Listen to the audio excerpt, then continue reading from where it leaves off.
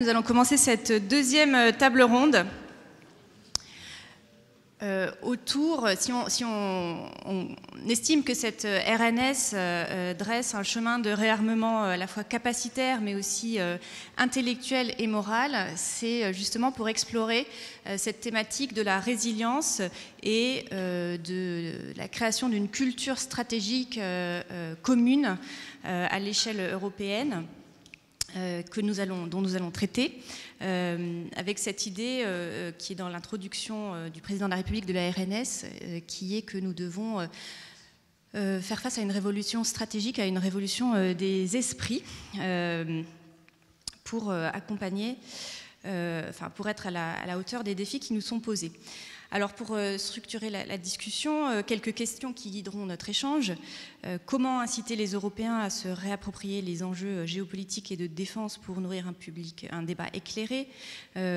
Comment répondre à l'intérêt croissant des citoyens dans le champ géopolitique et en les intégrant dans le domaine de la défense, qui est perçu comme parfois trop réservé aux spécialistes, au moment même où nous aurons, pour mettre en œuvre l'agenda défini par la RNS, des choix très difficiles à faire et un véritable débat démocratique nécessaire. Comment renforcer l'excellence académique, qui est d'ailleurs un objet en soi, un objectif de la RNS, l'objectif numéro 11, qui est une nouveauté. Est-ce qu'il faut des nouvelles initiatives européennes pour créer une culture stratégique commune ou des cultures stratégiques communes? Et puis enfin, comment se protéger contre les ingérences, manipulations étrangères? Comment bâtir des stratégies de contre-influence, contre-ingérence efficaces, mais aussi conformes à nos valeurs? Alors pour débattre de ces défis, j'ai le plaisir de réunir autour de cette table des personnalités de premier plan au parcours complémentaire. Donc Louis Vassy, directeur de l'Institut d'études politiques de Paris, mais aussi éminent diplomate. Il a été directeur de cabinet de cette maison, ambassadeur aux Pays-Bas. Luc von Middelaert, historien et philosophe, directeur du Brussels Institute for Geopolitics, qui est un fin connaisseur de la dynamique politique européenne, des ressorts de la souveraineté collective, et comme il y a des étudiants dans cette salle, auteur de notamment Le Passage à l'Europe, qui doit être bien connu de tous, une lecture recommandée. Jean-François Huchet, économiste, président de l'INALCO, qui est spécialiste reconnu des mondes asiatiques notamment. Et Marie-Doa Besancenot, conseillère du ministre, ancienne secrétaire générale adjointe de l'OTAN pour la diplomatie publique, experte des stratégies d'influence et des réponses aux ingérences informationnelles. Alors, sans tarder, je passe la parole à Louis Vassy. Vous avez cette spécificité d'être un éminent praticien et maintenant être passé dans le champ académique. En quoi la culture stratégique est-elle importante de votre point de vue dans la prise de décision?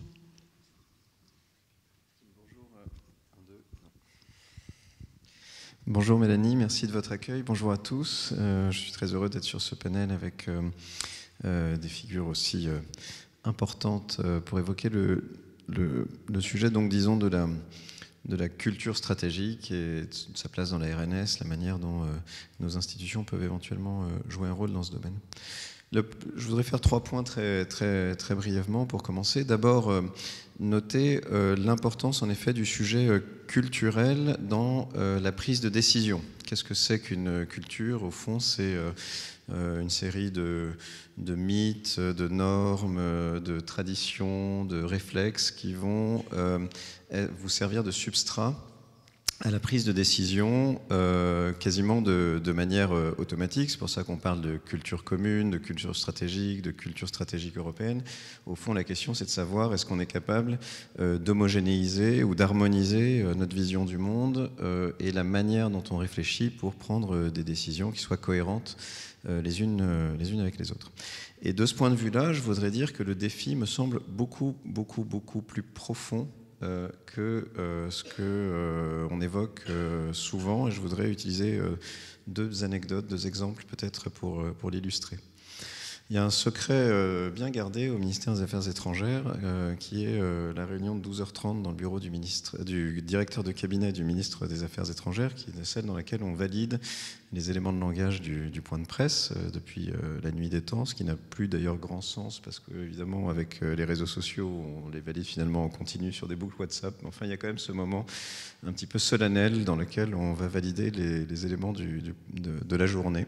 Et la réunion est évidemment plus longue le jeudi pour ce qui, je ne sais plus si ça existe toujours, en tout cas pour l'époque on faisait un point de presse live entre 2022 et 2024.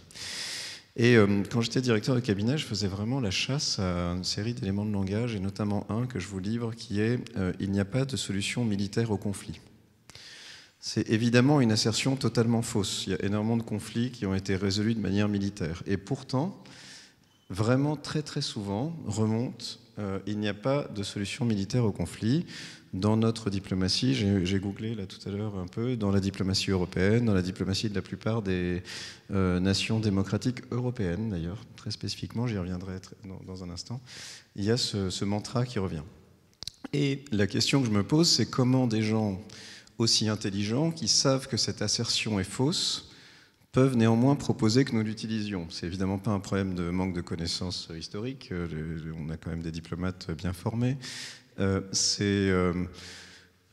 Même si un d'entre eux pouvait, disons, l'ignorer, on peut difficilement imaginer que 50 d'entre eux qui valident tous ces textes ignorent le caractère faux de cette assertion. Et la raison pour laquelle on affirme quelque chose de faux, c'est qu'en fait, fondamentalement, on refuse de penser la question de la violence dans l'ordre international entre Européens. À la fois, on sait qu'elle est là, on a parlé des pays baltes, des Polonais, même d'une certaine manière les Français, via les opérations extérieures, via le terrorisme, savent que la violence est là, et pourtant on continue à refuser de nommer ce sujet. Ce qui veut dire qu'on s'attaque à quelque chose de culturellement très profond qui vise à nous protéger, disons, de l'ensemble des implications qu'il y aurait à nous dire la vérité à nous-mêmes. Le deuxième, dans le même ordre d'idée, le deuxième élément qui me frappe toujours, c'est pour le coup plutôt au niveau européen, la notion de l'Europe comme puissance normative. Parce qu'elle sous-entend qu'on est puissant parce qu'on édicte des normes. Or, évidemment, si demain Madagascar décidait de mettre des normes sur la manière dont Facebook fonctionne, on voit assez bien comment ça pourrait n'avoir aucun effet sur l'ordre international. Et donc le sujet de la puissance normative, il est totalement mal conçu. C'est parce qu'on est puissant qu'on peut édicter des normes. C'est pas parce qu'on édicte des normes qu'on est puissant. Mais les Européens, de la même manière, ont généré ce court-circuit mental qui consistait à dire qu'ils étaient puissants du fait de leurs normes. Alors que, évidemment, le propos est inverse. Et d'ailleurs, on voit bien que en 2008, encore, le PIB européen représentait à peu près 30% du PIB mondial. La manière dont on pouvait affirmer nos normes se présentait de manière assez différente de ce que nous pouvons faire aujourd'hui. Quand on est à 17, et encore, ça baisse à peu près de mois en mois, donc on est peut-être déjà à 16 ou 15, notre capacité à imposer, disons, des normes au reste du monde est faible. Et pourtant, nous avons cet élément de langage qui continue. Et la difficulté qu'il crée, c'est que là, pour le coup, on est sur un vrai sujet culturel. Il fait qu'en fait, nous pensons mal. C'est-à-dire que vraiment, nous fonctionnons dans un cadre de pensée qui est assez faux, en réalité. Deuxième exemple, je vais aller plus vite, que je voudrais mentionner, c'est celui de l'ordre international fondé sur des normes, qui est effectivement notre aspiration, et je ne conteste pas du tout l'importance de l'aspiration et d'ailleurs le côté stabilisateur d'un ordre fondé sur des normes.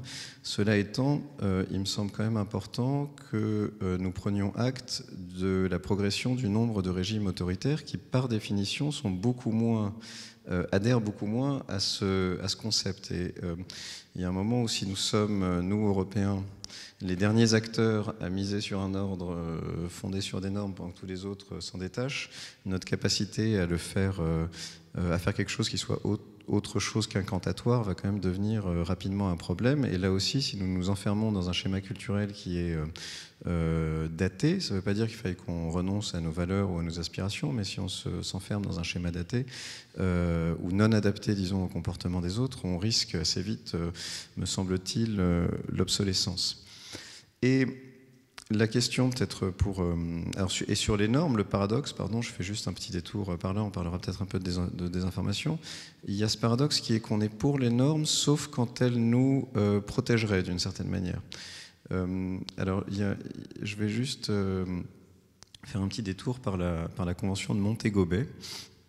La Convention de Montego Bay, dans son article 109, elle indique qu'il est interdit d'émettre des émissions radio en haute mer sur le territoire souverain d'un État, parce que c'est jugé être une ingérence.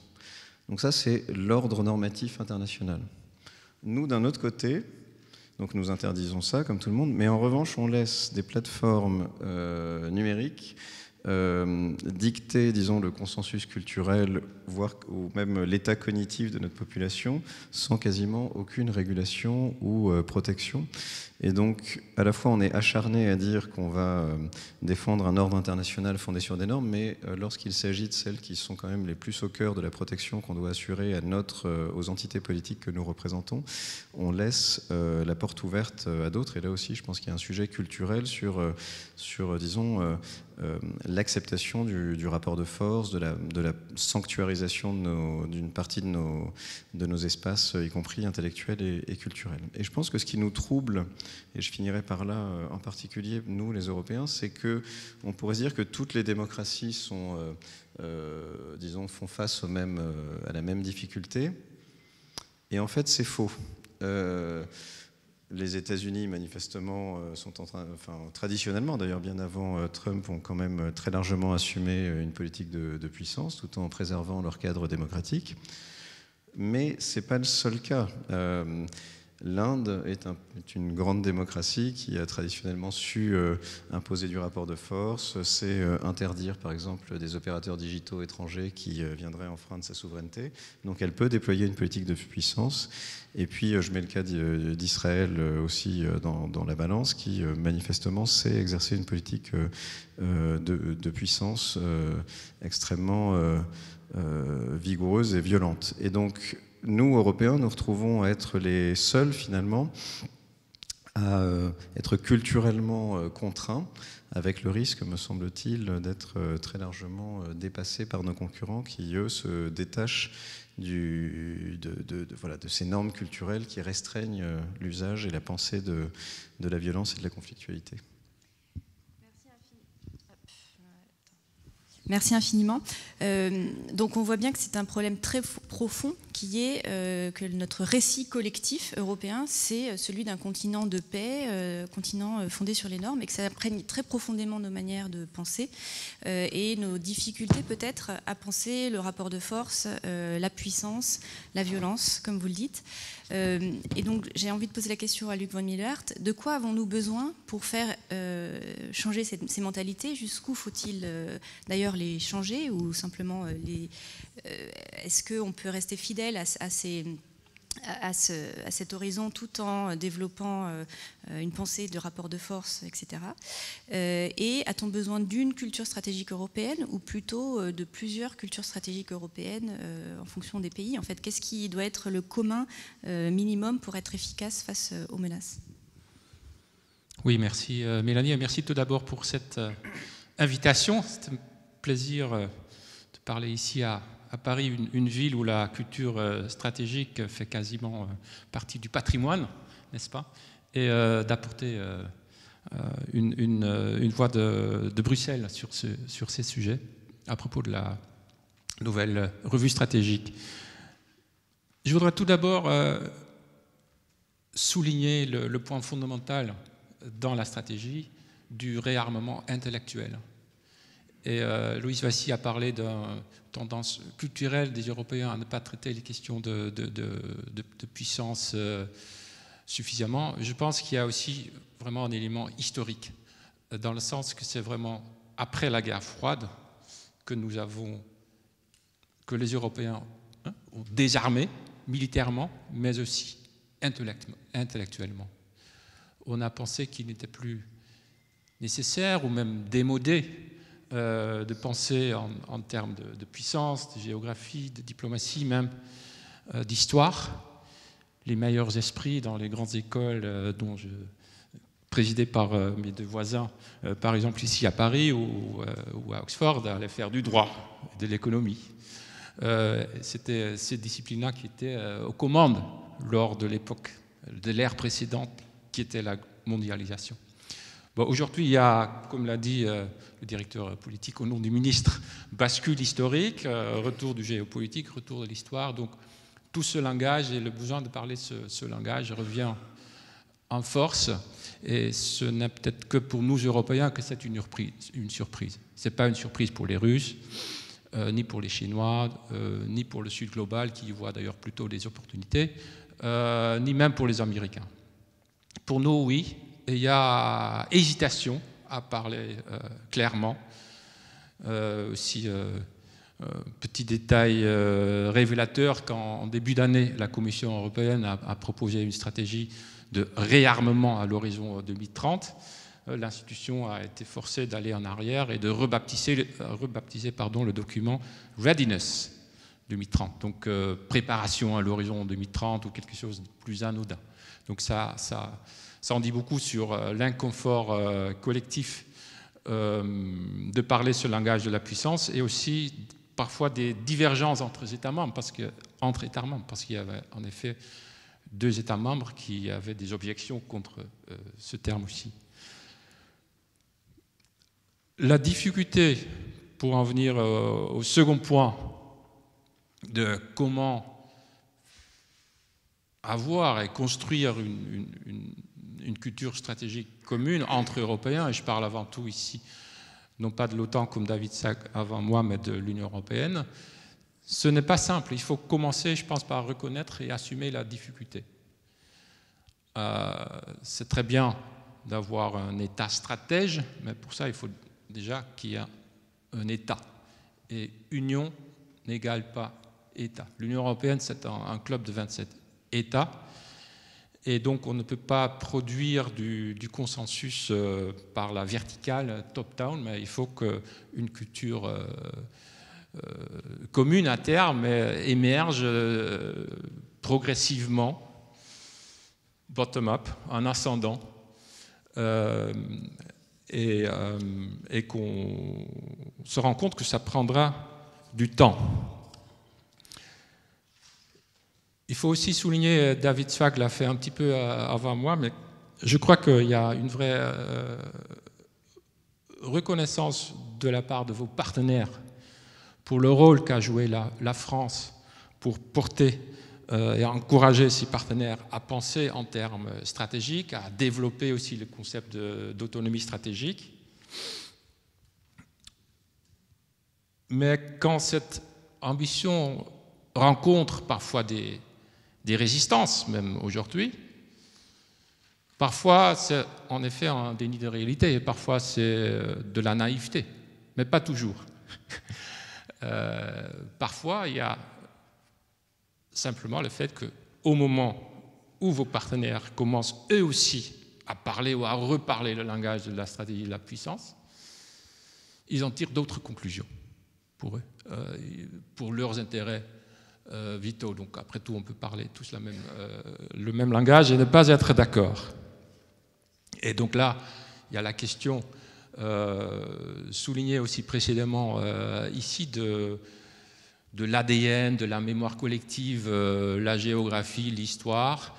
Et c'est très facile à expliquer pour l'écart du niveau de stress entre l'Espagne et la Pologne, en effet, par rapport à la place qu'ils occupent sur la carte, mais aussi à la dimension historique, je crois qu'il ne faut pas oublier. Parce que quand on prend 2 autres pays, que sont la Pologne ou l'Estonie, prenons la Pologne et la Bulgarie, par exemple, ce n'est pas du tout la même appréciation du risque russe.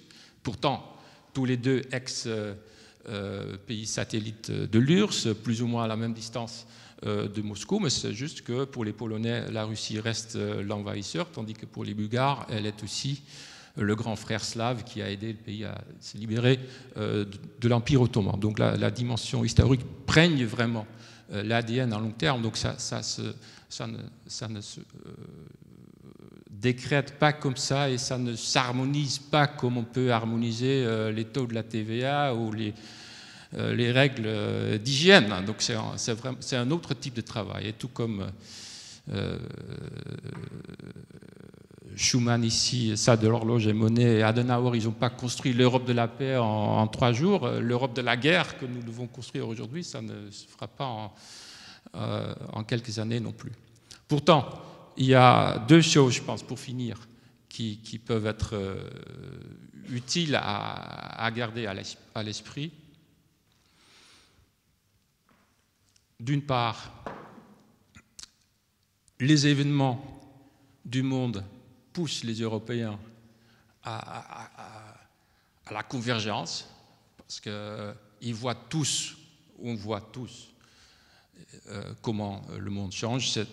C'est vrai pour la Russie, parce qu'avec toutes les nuances, je crois que la Russie est aujourd'hui considérée comme menace directe, non pas uniquement à Varsovie, Tallinn et Paris, mais aussi à Rome et à Madrid.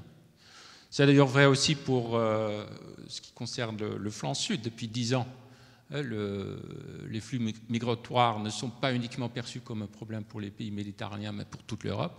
C'est vrai pour la Chine et c'est vrai aussi pour, je crois, et ça bien sûr, c'est le vrai sujet, c'est le sujet le plus surprenant, les États-Unis.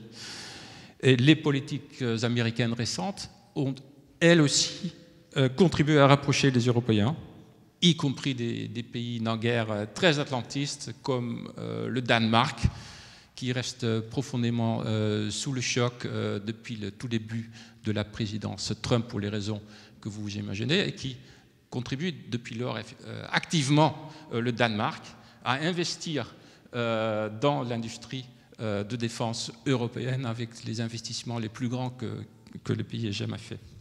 Donc, d'une part, il y a les événements qui poussent les Européens à travailler et à percevoir les risques, les menaces dans le même sens. Et d'autre part, on peut aussi apprendre les uns des autres. Il y a quand même des cultures stratégiques différentes. Il y a des best practices.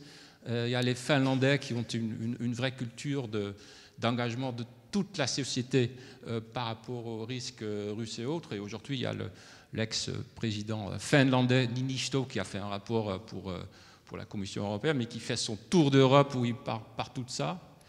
On peut peut-être de temps en temps apprendre des Espagnols à ne pas se laisser intimider trop vite par Trump. On peut apprendre des Tchèques aussi. Un petit pays peut prendre des initiatives actives de politique avec leur initiative sur la munition. On peut bien sûr, et les autres peuvent apprendre aussi de la France, et du Royaume-Uni par ailleurs, apprendre et à continuer à réfléchir sur la dissuasion nucléaire. Donc il y a, pour résumer bien sûr, il y a la difficulté, le défi de faire émerger une culture stratégique commune, mais il y a quand même le monde qui change et on le voit tous. Il y a les pratiques qu'on peut apprendre les uns des autres. Et la grande question, mais ça sera pour la suite, c'est est-ce qu'on peut aller suffisamment vite ou est-ce qu'on reste en tant qu'Européens dans le rattrapage par rapport à la vitesse du désordre mondial? Et j'ajouterais, est-ce que les adversaires potentiels le perçoivent aussi comme ce changement de culture stratégique, au point qu'il y ait un effet dissuasif qui puisse s'exercer et que de mauvais calculs ne puissent pas être à nouveau effectués. Alors, je me tourne peut-être vers Jean-François Huchet. La RNS insiste beaucoup sur l'objectif d'excellence académique. Elle est elle-même le fruit d'un travail poussé avec des experts, des chercheurs qui ont beaucoup contribué à cette RNS, avec derrière l'idée que nous avons besoin d'un réarmement intellectuel, c'est-à-dire nous avons besoin d'expertise à la fois sur les zones géographiques, mais aussi sur la guerre, comment penser l'escalade au XXIe siècle, comment reformer les Raymond Aron du XXIe siècle pour nous aider, les praticiens, à agir dans ce monde-là que nous devons redécouvrir. Voilà, donc un vrai appel à tisser les liens entre la recherche, le monde de l'expertise et les praticiens. Il y a eu beaucoup d'initiatives qui ont été prises ces derniers temps, mais que faut-il faire de plus? Comment est-ce qu'il y a besoin d'un effort à l'échelle européenne dans ce domaine? Alors, merci beaucoup pour l'invitation. Tout d'abord, je pense qu'il faut avoir un diagnostic assez lucide sur la situation. Est-ce qu'aujourd'hui, un Raymond Aron pourrait effectivement faire le même travail? Je ne veux surtout pas diminuer le travail de Raymond Aron, mais je pense qu'il y a aujourd'hui la nécessité de désenclaver tout d'abord le monde de la recherche et puis le monde de la haute fonction publique. Alors, les choses s'améliorent, mais il reste quand même parfois un sentiment de méfiance. Donc ça, c'est d'abord le premier point. Et puis, il y a ensuite la question de la masse critique qui est nécessaire pour aborder des thématiques qui sont tout de même extrêmement complexes aujourd'hui. Et nous sommes toujours, indépendamment des logiciels dont mes deux voisins ont parlé, on reste toujours dans le monde de la recherche quand même sur des recherches qui sont isolées, c'est-à-dire ce sont des chercheurs qui les font de manière individuelle et qui ne le font pas malheureusement parce qu'ils n'ont soit pas les moyens ou soit parce qu'ils doivent passer à autre chose, qui ne le font pas dans le temps.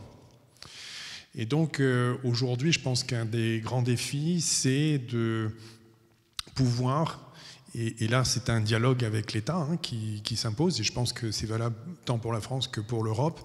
Il y a à la fois la nécessité d'avoir une vision un peu top-down quand même, pour décider quels sont les grands enjeux justement stratégiques, et comment la recherche, qui ne va pas tout dire, qui ne va pas tout expliquer, va pouvoir s'organiser d'une manière beaucoup moins compartimentée que ce qui existe aujourd'hui. Et donc ça nécessite effectivement qu'il y ait un décloisonnement. Donc il y a quand même un certain nombre d'initiatives qui sont prises récemment.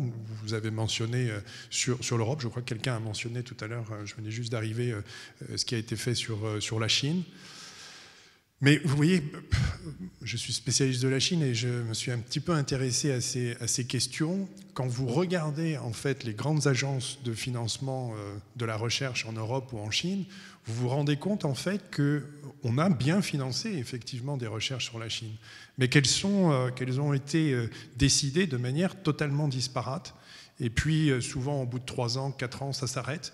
Donc il n'y a pas de continuité. Donc il faut vraiment aujourd'hui revenir un petit peu sur le long terme. Si vous vous intéressez par exemple à ce que fait la Chine sur l'intelligence artificielle, on ne peut pas confier à un chercheur dans une fondation d'y travailler pendant 3 mois et puis ensuite de laisser tomber ce sujet. Il faut qu'il travaille en relation avec les autres chercheurs européens, avec d'autres chercheurs qui travaillent dans les sciences dures, et que ça s'organise dans le temps pour qu'on puisse avoir une vision réaliste de ce qui se passe sur ces questions.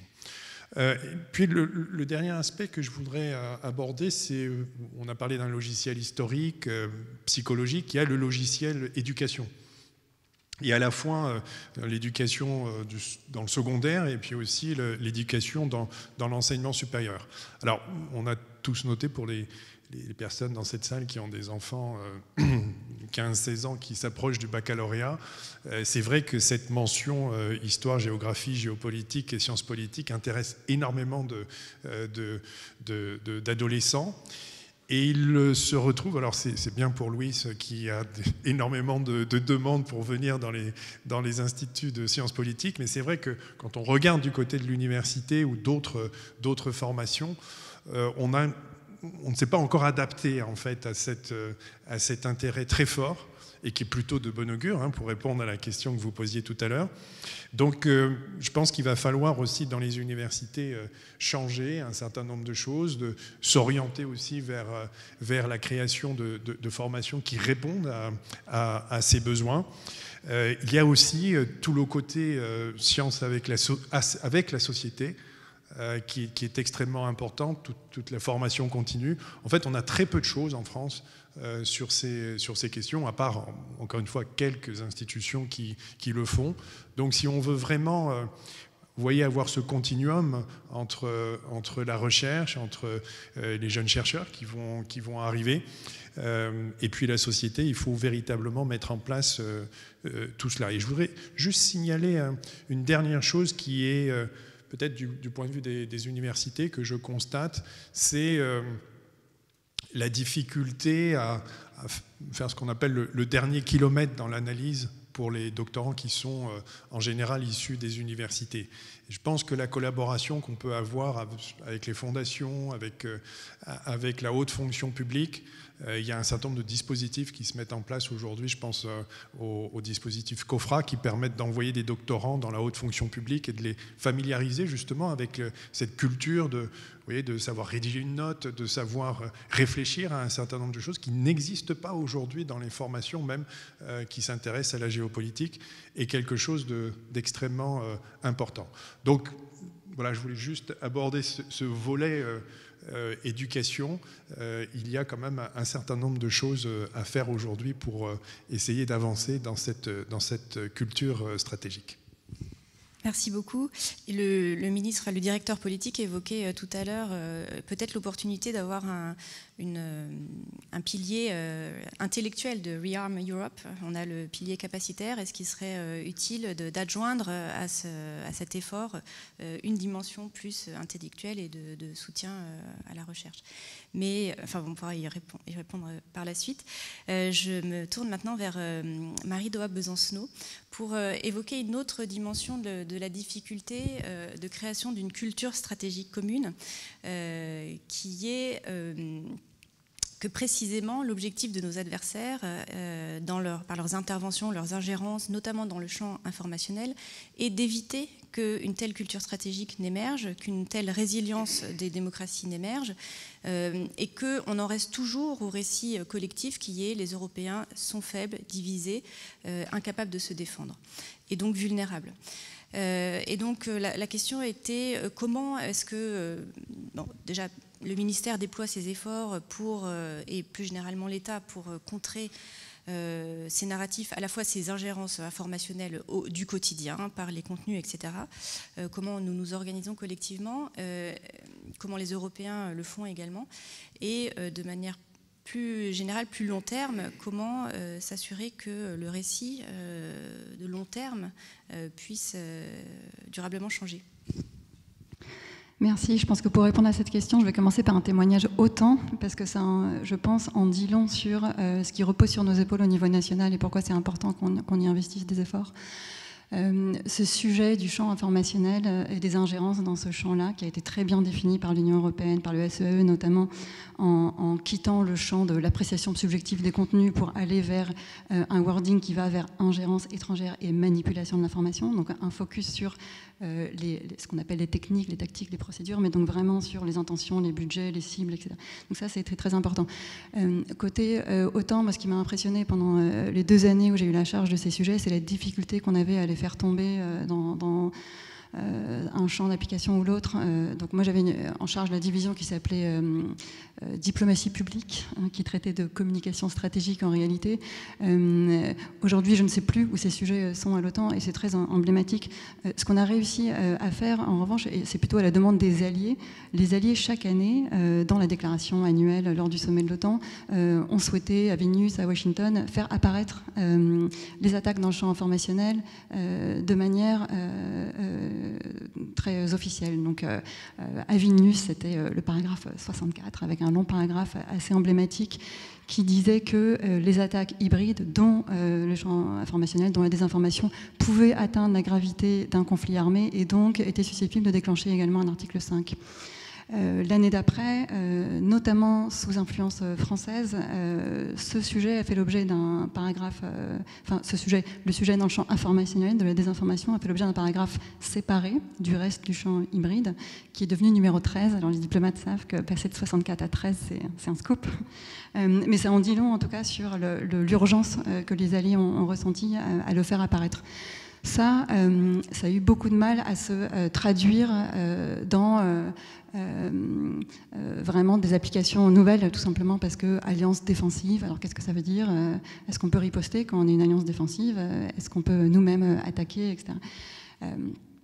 Je dis tout ça parce qu'au final, le sentiment qu'on a eu, c'est que ça relevait plutôt de l'article 3 et donc du boulot des nations à elles-mêmes travailler leur résilience, à s'équiper. Et ce que j'ai vraiment vu, c'est qu'on a beau créer des mécanismes d'alerte, et on l'a fait, hein, d'abord le G7 qui l'a décidé fin 2018, ensuite le Rapid Alert System du SEAE, nos côtés européens, en 2019. Moi j'ai créé celui de l'OTAN il y a 1 an et demi. Ce sont des mécanismes qui s'appellent réponse rapide, mais qui sont tout sauf réponse rapide, en fait, qui sont des mécanismes d'échange, d'alerte en temps réel entre alliés. C'est déjà beaucoup, parce que ça veut dire que les alliés acceptent, ou les pays membres acceptent de partager leur vulnérabilité avec des voisins proches, mais c'est pas assez pour constituer une réponse commune. Donc bref, ce préambule pour dire à quel point je crois qu'il est important que les nations s'organisent, parce que ce soit au niveau européen, au niveau OTAN ou G7, au final, c'est la capacité que les nations apportent elles-mêmes au collectif qui permet de grandir.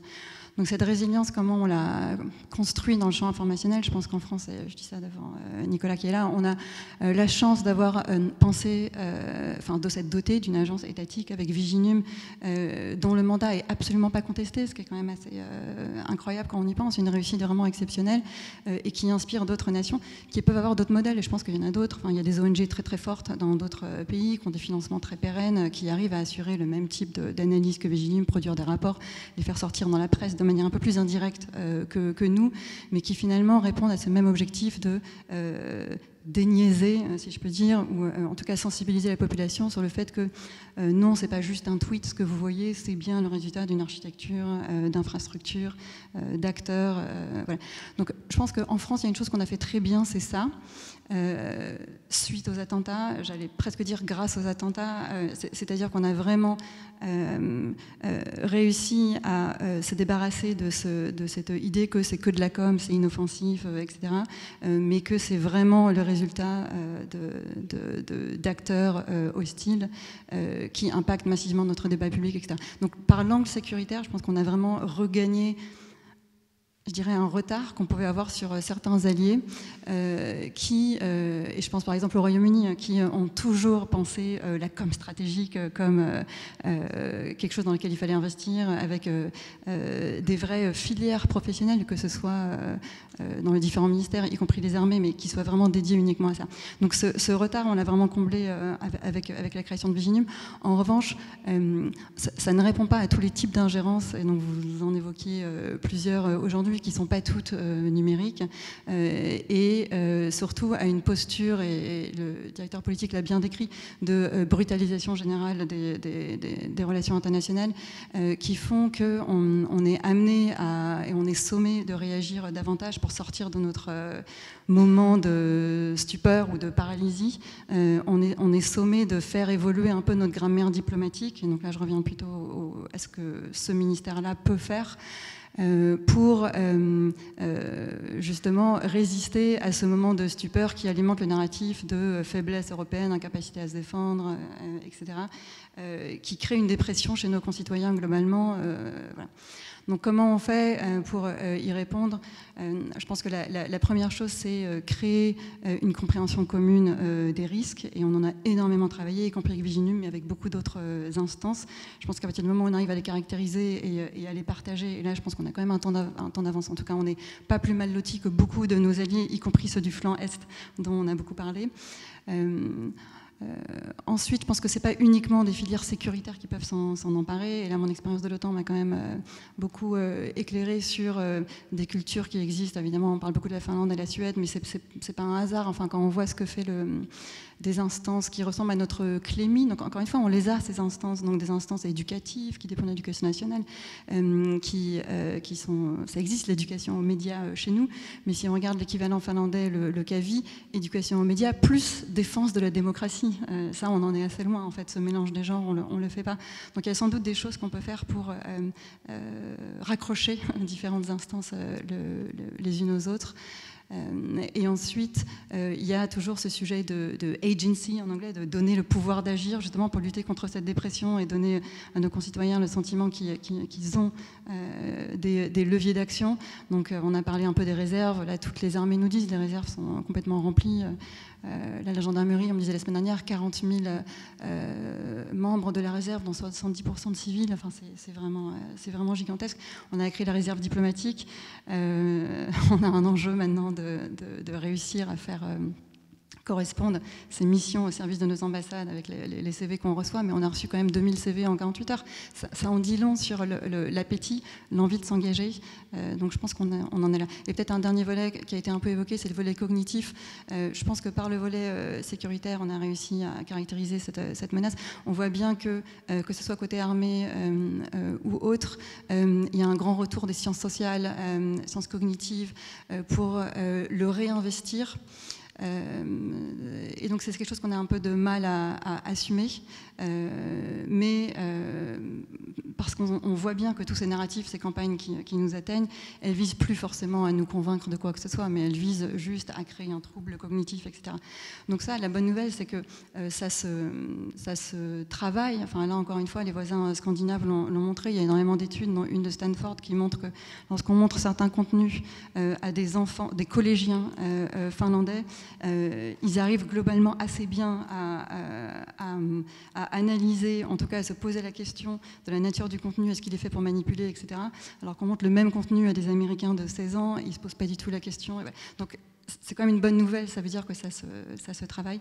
Et le dernier point que je vois, c'est celui du travail sur les récits. Alors, mes trois voisins ici représentent des organisations où c'est fait, et je trouve qu'il y a beaucoup de choses côté français qui existent et qui se développent en ce moment sur le fait que la riposte c'est bien, réagir aux attaques ennemies c'est très bien, mais ça ne suffit pas à quitter leur cadre discursif. On est toujours en train de répondre à des choses qu'eux-mêmes ont mises sur la table, et là que ce soit dans chacune de vos organisations, mais il y a vraiment des programmes intéressants sur, on appelle ça comme on veut, le récit civilisationnel, etc., mais qui voient le jour, qui ne sont pas encore complètement intégrés aux institutions, mais je pense qu'on n'en est pas loin et ce sera une vraie solution.